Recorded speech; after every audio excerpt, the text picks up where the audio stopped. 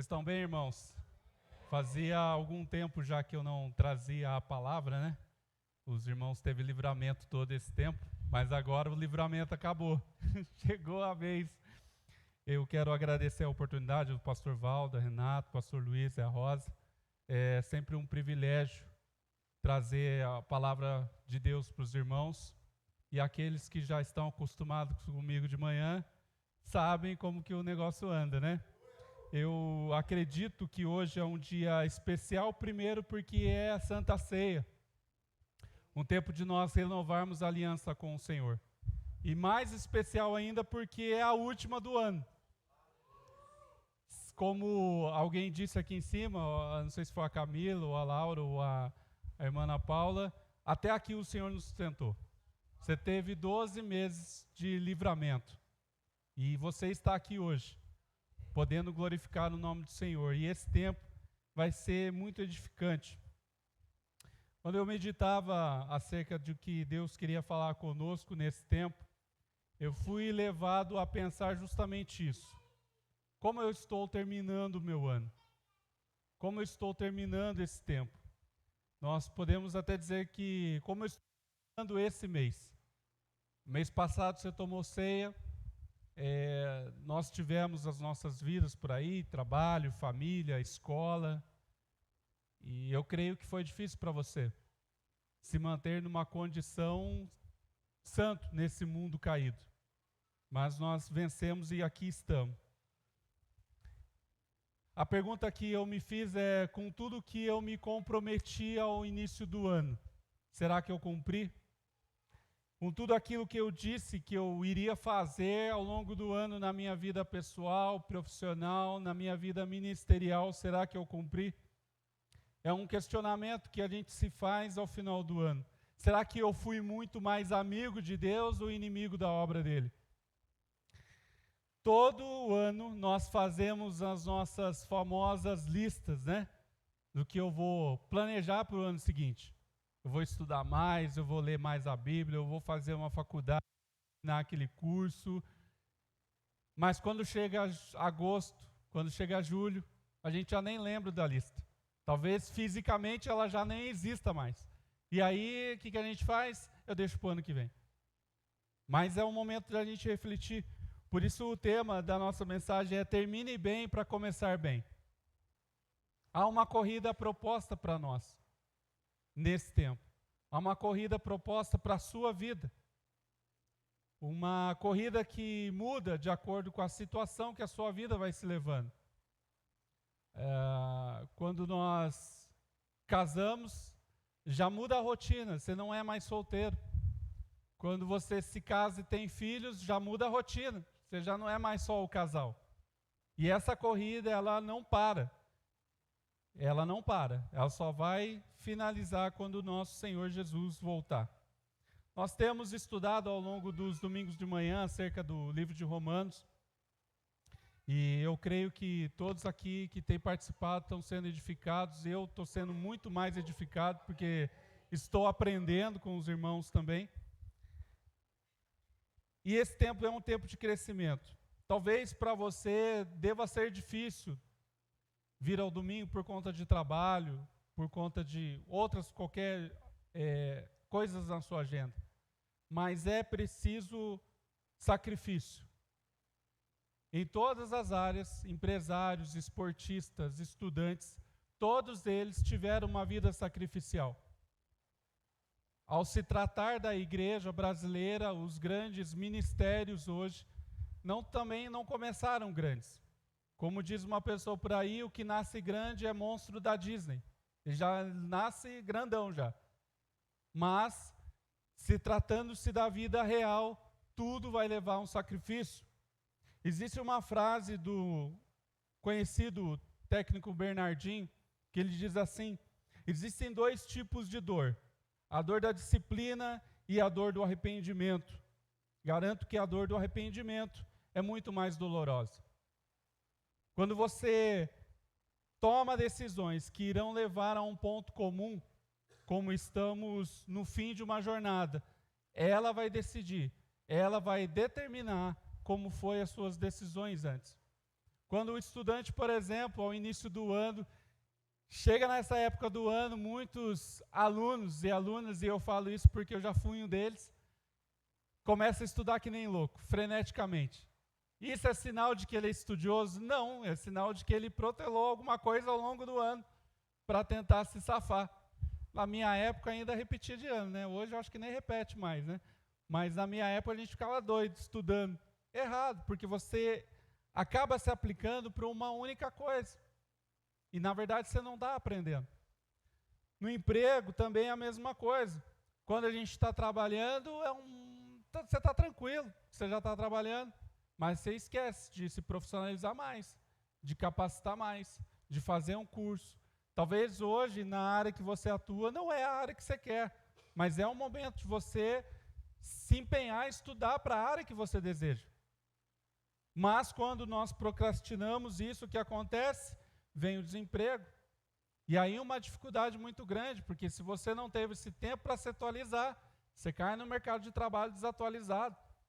E é um dos motivos grandiosos de a pessoa ficar muito tempo desempregada. Em todas as áreas, todas as oportunidades, há oportunidade de nos preparar para um fim de jornada incrível. Mas nem sempre nós fazemos isso por causa da procrastinação. Todos querem prosperar, todos. Mas nem sempre todos estão a fim de entregar esse tempo de dedicação. No final, todo mundo quer prosperar, todo mundo quer ganhar dinheiro, todo mundo quer ser bem-quisto na sociedade, na família, onde quer que você esteja inserido. Mas isso também requer uma demanda de tempo. Nem todos estão dispostos a pagar o preço. Aliás, alguma forma de que fomos convencidos, há uma forma de que fomos convencidos de que tudo vai acontecer naturalmente, e não vai. Você vai conseguir um emprego, você vai conseguir se formar, mas tudo isso requer uma demanda de aplicação sua. Quando o Bill Gates começou a desenvolver o Windows em 1982, ele não imaginava que 3 anos e 4 meses depois, aquela aplicação, aquele sistema operacional seria mais usado do mundo. 3 anos e 4 meses depois. Estima-se que desse tempo ele ficou 2.500 horas em frente ao computador, o que equivale a mais ou menos um ano inteiro na frente de um computador, sem sair. Então, se você perguntasse talvez para ele se ele teria esse tempo disponível, tenho certeza que como ser humano ele iria desistir no meio do caminho. Lutero demorou cerca de 7 anos para publicar as 95 teses, que hoje a gente conhece como a Reforma Protestante, que deu origem ao cerco evangélico, né, digamos assim. Demorou 7 anos. Durante todo esse tempo, o que ele fez? Ele estudava as obras de Calvino. Ou seja, não aconteceu do dia para a noite. A gente, às vezes, olha essas histórias de sucesso de homens e mulheres e achamos que é do dia para a noite, e não é. Houve uma dedicação, houve um tempo, houve sacrifício. Houve uma decisão de deixar de lado o que era legal, de deixar de lado o que era cômodo, para encarar o que é difícil.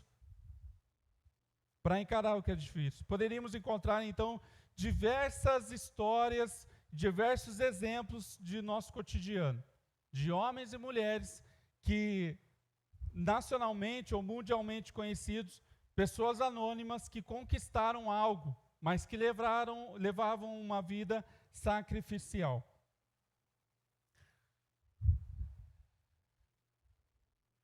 Na Bíblia nós temos alguns exemplos de pessoas que começaram bem, como o rei Saul, por exemplo.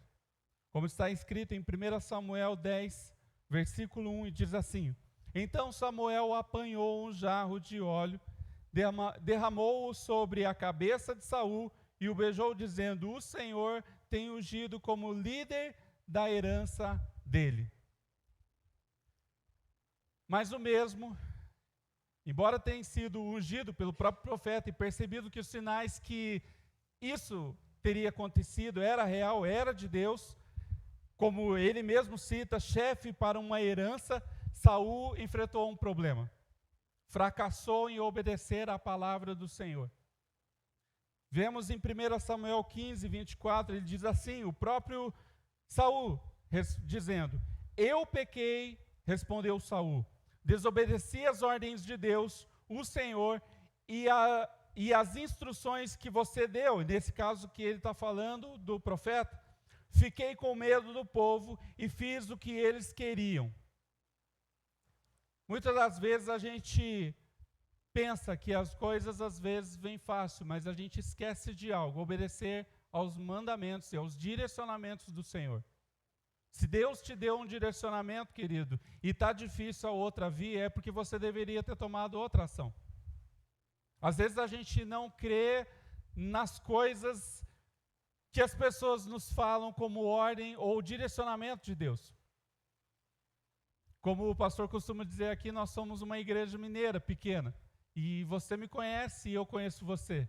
Mas há um tempo atrás, creio que foi no domingo de manhã, eu disse para os irmãos, quando eu me converti, eu esperava que chegasse um irmão e falasse, eis que te digo, servo meu. E isso nunca tinha acontecido até então.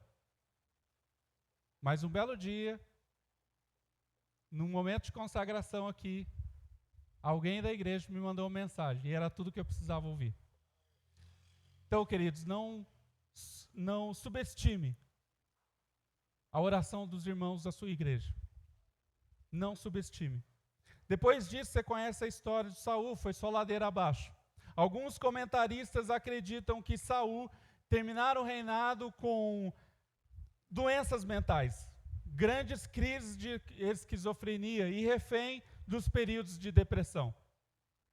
Ou seja, começou bem, mas terminou mal. Começou sendo ungido pelo profeta, mas terminou ofuscado com as suas pequenas conquistas, principalmente porque quem o sucedeu foi alguém exatamente maior que ele, Davi. O outro exemplo e clássico que nós temos é do nosso irmão Adão, que começou bem no paraíso. Adão foi o primeiro homem, você conhece a história, de cor salteado, criado pela mão de Deus. Além de ter um relacionamento diário com o Criador, ele caiu em desobediência. Quando, por oferta da sua mulher, ele comeu do fruto.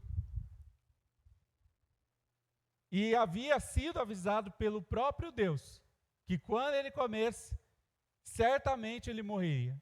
O problema é que, até então, nesse ponto da história, a morte não existia.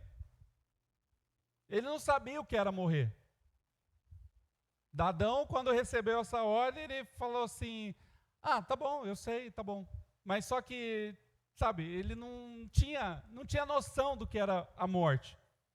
Isso nos ensina que podemos até não conhecermos a dimensão das consequências do pecado.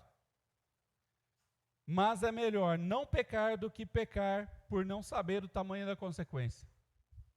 Então, se há alguma dúvida entre fazer algo que não é certo, só porque você não conhece a consequência, é melhor não fazer. Porque realmente há uma ordem sobre isso. Por outro lado, nós temos relatos de pessoas que começaram mal e terminaram bem também. Um deles é Pedro, que é chamado por 4 nomes diferentes no Novo Testamento. Em hebraico, Simão, em grego, Simeão, em grego, Simão. Jesus chamou de Cefas, que o significado é rocha. E nós conhecemos Pedro pelo significado pedra. Pedro era de personalidade impulsiva, um gênio difícil e até inseguro. Era um pecador, como ele mesmo declara em Lucas 5, 8. Após ter recolhido grandes quantidades de peixe, por ordem dada por Jesus, que lançasse novamente as redes, ele diz assim, quando viu isso, prostrou-se aos pés de Jesus e disse, afasta-se de mim, Senhor, porque eu sou o pecador. Ele reconheceu que ele era alguém que não deveria ter sido privilegiado por aquela ação. E a partir dali, Pedro iniciava uma jornada extraordinária e grandiosa ao lado do nosso Senhor. E teria a história dele contada nos evangelhos, uma impressionante história e uma informação impressionante, é que Pedro é um dos mais destacados do Evangelho. Toda a lista, quando você pega a lista dos apóstolos, ele é o primeiro. E mesmo assim, ele se reconhecia como pecador. Às vezes, tem gente que vem aos cultos e se acha que é o santo. Outro exemplo de pessoa que começou mal e, no entanto, terminou bem é a mulher samaritana. Era divorciada, considerada impura pelos judeus. No entanto, ao ter encontro com Jesus, tornou-se testemunha dele na cidade dela,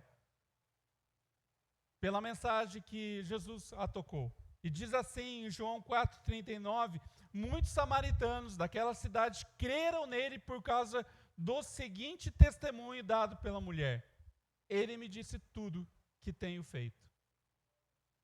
Tudo que tenho feito. Até aqui nós tratamos de informações. Você sabe, já entendeu que existem pessoas que começam mal, terminam bem, e outras que começam bem, mas terminam mal.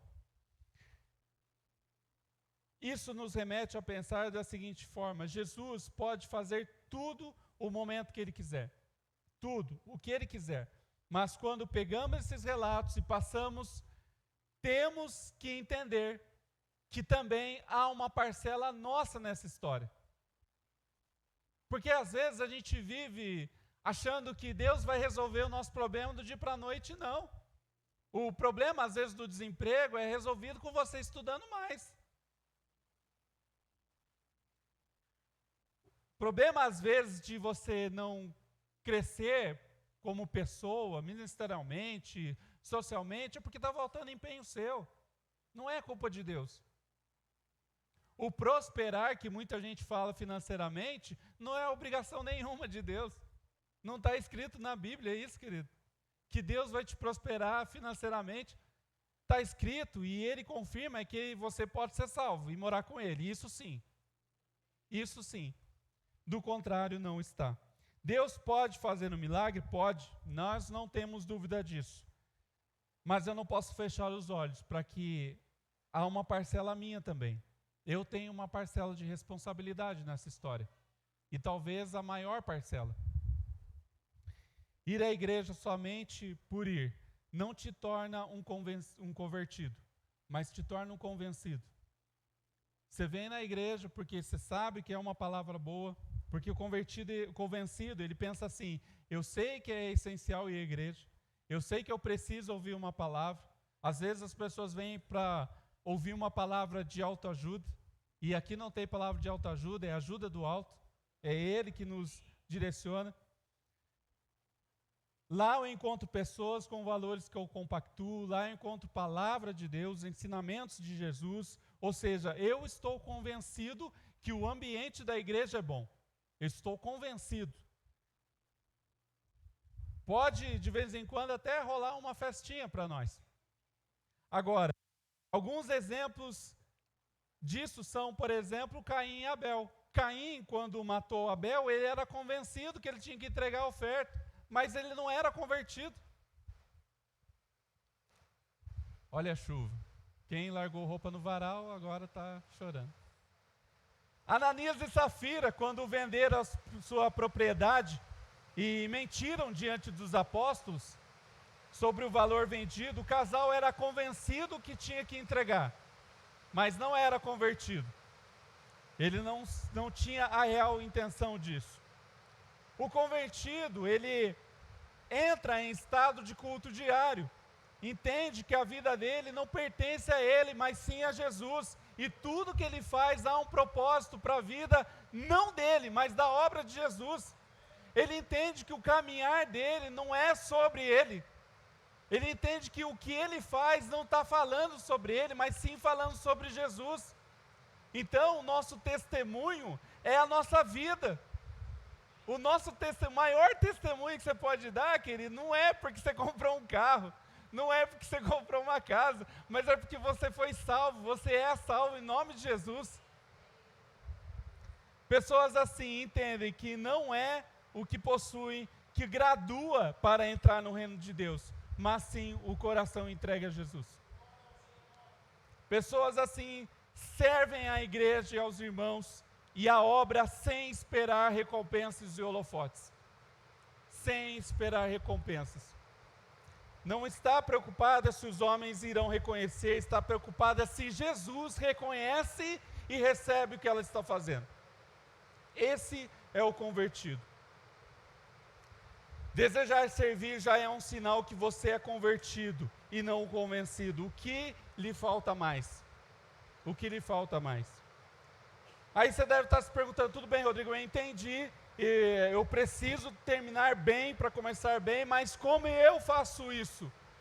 Como eu faço isso? Primeiro, apresse em realinhar-se com Deus. Apresse em realinhar com Deus. Lucas 8, de 1 a 3, diz assim: depois disso, Jesus ia pelas cidades e povoados, proclamando as boas novas do reino. Os 12 estavam com ele, e também algumas mulheres que haviam sido curadas de espírito malignos e doenças. Maria, chamada Madalena, de quem havia saído 7 demônios. Joana, mulher de Cusa, administrador da casa de Herodes. Susana e muitas outras. Essas mulheres ajudavam e sustentavam com seus bens. Maria de Madalena era conhecida como Maria de Magdala. E a gente conhece ela como Maria de Madalena. Ela foi a mais importante discípula, seguidora de Jesus. Foi mencionada mais vezes do que qualquer outra mulher no Novo Testamento. Magdala era uma cidade localizada à beira-mar do Mar da Galileia, ao norte de Tiberíades. Era uma pequena cidade. Maria Madalena não aparece nos textos de Marcos e Mateus, e nem de João, até a sua crucificação, a crucificação de Jesus. Lucas é quem dá maior atenção a ela, e relata isso para nós. Ela fazia companhia a Joana, mulher de um procurador Herodes, e Susana, e ao que tudo indica, eram mulheres de posses, mulheres de dinheiro, porque elas serviam com os seus bens a Jesus e a seus discípulos. A libertação de Maria Madalena foi evidente. Lucas relata isso. Saíram 7 demônios dela. Acho que ele ficou contando, né? Demônio 1, demônio 2, demônio 3, demônio 4. Dizem naquele seriado The Chosen, né? Diz que tem uns apóstolos lá que tem umas características assim. Então, dá para a gente entender que talvez seja isso mesmo. Ele ficou contando. A libertação de Maria Madalena foi evidente, liberta pela opressão de demônios. Os relatos dos evangelhos nos indicam que ela seguiu Jesus não só até a crucificação, mas depois dela também. Marcos 28, versículo 1 diz assim: depois do sábado, tendo começado o primeiro dia da semana, Maria Madalena e outra Maria foram ao sepulcro. O que isso aponta é que depois da libertação, depois de entender que Jesus fez por ela, ela continuou no caminho. Ela continuou servindo. O que Jesus tem feito por você? E o que está faltando você continuar no caminho? Nós não estamos, querido, nós estamos numa igreja, e eu sinto lhe informar que não é uma igreja de santos. Nós somos tão pecadores quanto o irmão que está do seu lado. Se existe um lugar que é chamado de hospital, e hospital é para cura, esse lugar é a igreja. E nós precisamos entender que pessoas vão te decepcionar. Pessoas vão te decepcionar. Mas Jesus nunca te decepciona. Você precisa apressar-se em realinhar sua vida com Jesus. A libertação de algum vício, de algo que está oprimindo, começa quando a pessoa entende que ela precisa de libertação. Toda a cura, ela só se dá o start quando a pessoa reconhece: eu estou viciado nisso, eu preciso me libertar.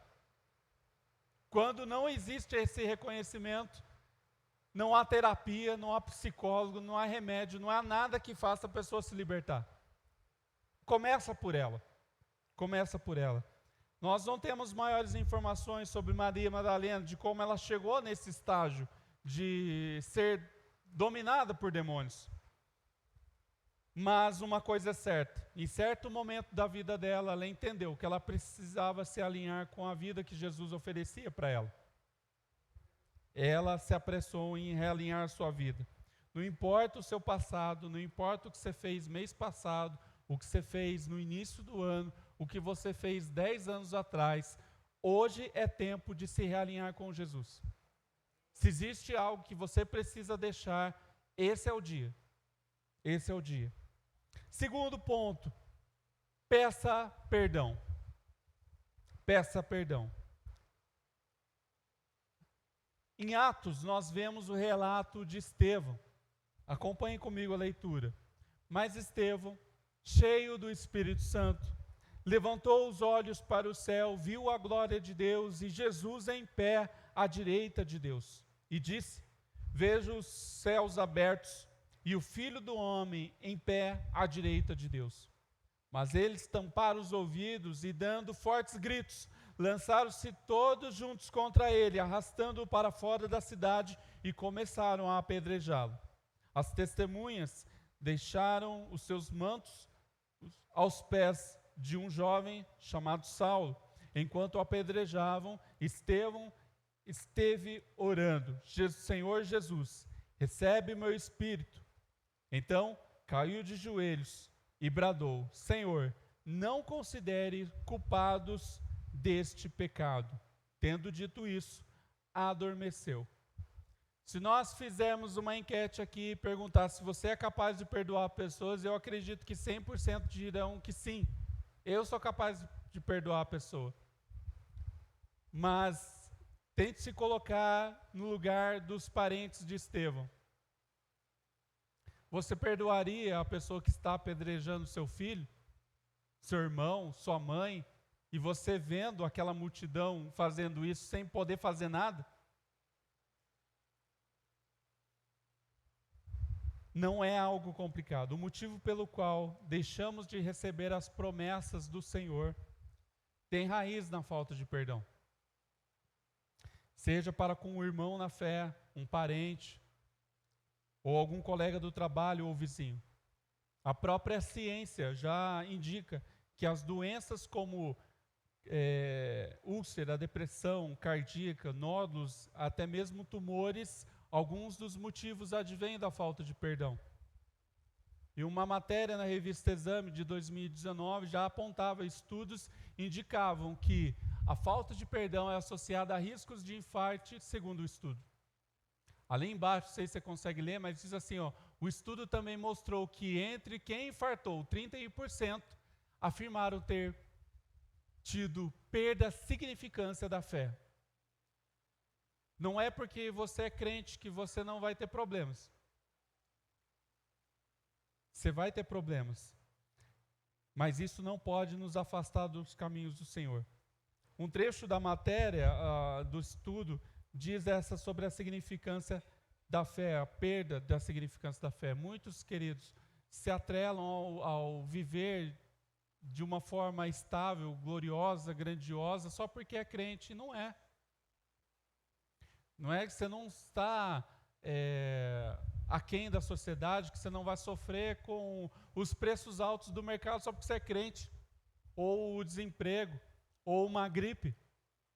A própria período que nós vivemos anteriormente por conta da Covid mostrou isso.